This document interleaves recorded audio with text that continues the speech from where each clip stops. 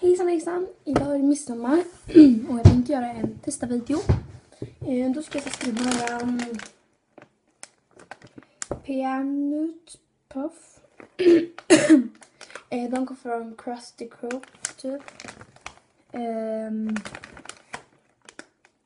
Peanut puff, alltså jag vet inte, men det är 32% peanuts.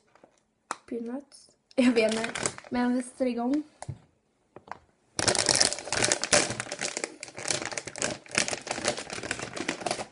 Det luktade på jordnötter. Bara väldigt små så här, lite så här ostbågaktigt. 1, 2, 3.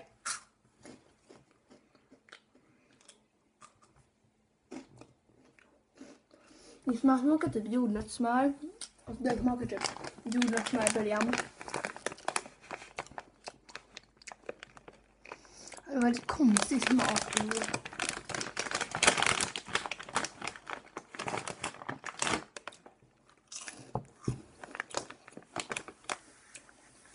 Ja. Av mig så får de 3 av 5.